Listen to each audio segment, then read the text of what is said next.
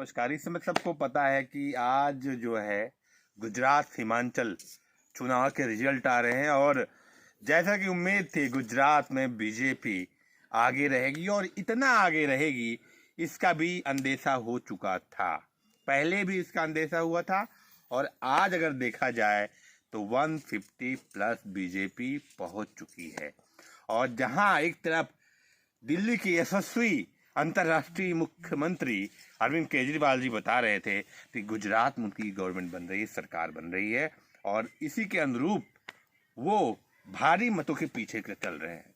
यानी उनका मत जो है बहुत तेजी से पीछे जा रहा है और कई सीटों पे हमें सूचना ये प्राप्त हुई है कि उनकी जमानत जो है वो जब्त हो रही है।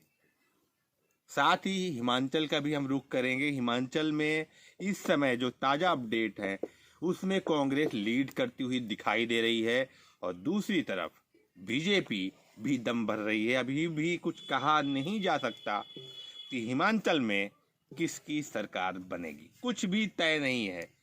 मात्र 500-700 वोटों का फर्क है सीटों पे, आगे पीछे हो रहा है सारी चीजें।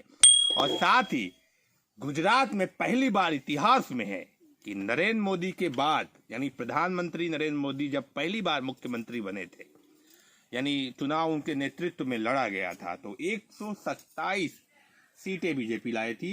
लेकिन आज जो अपडेट हमारे पास आ रहे हैं उसमें बीजेपी इतिहास में पहली बार 27 सालों में पहली बार 150 यानी 120 से ऊपर जा चुकी है।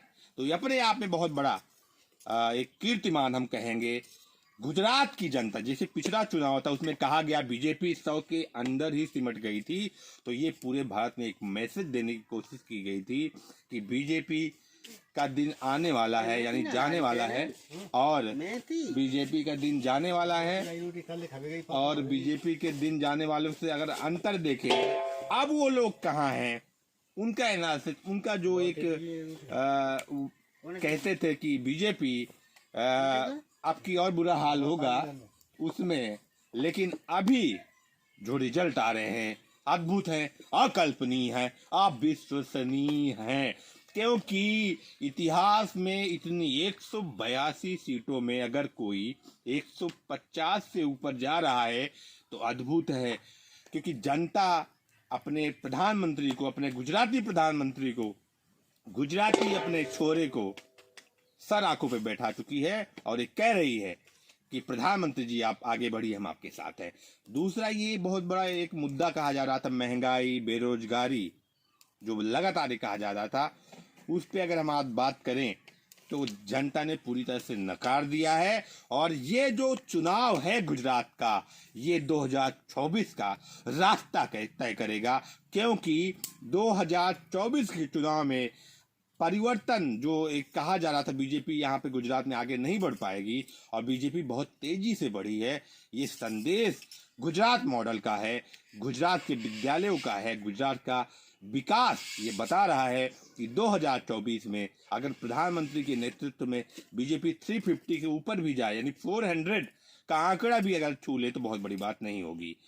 इसमें मेरे पास बहुत ही ब्रेकिंग न्यूज आ रही है कि 10 या 11 में भूपेंद्र पटेल जो है शपथ लेंगे, प्रधानमंत्री मोदी भी यहाँ पे रहेंगे, अमित शाह भी रहेंगे और पूरे भारत से जो बीजेपी शासित मुख्यमंत्री हैं वो सब वहाँ पे उपलब्ध रहेंगे।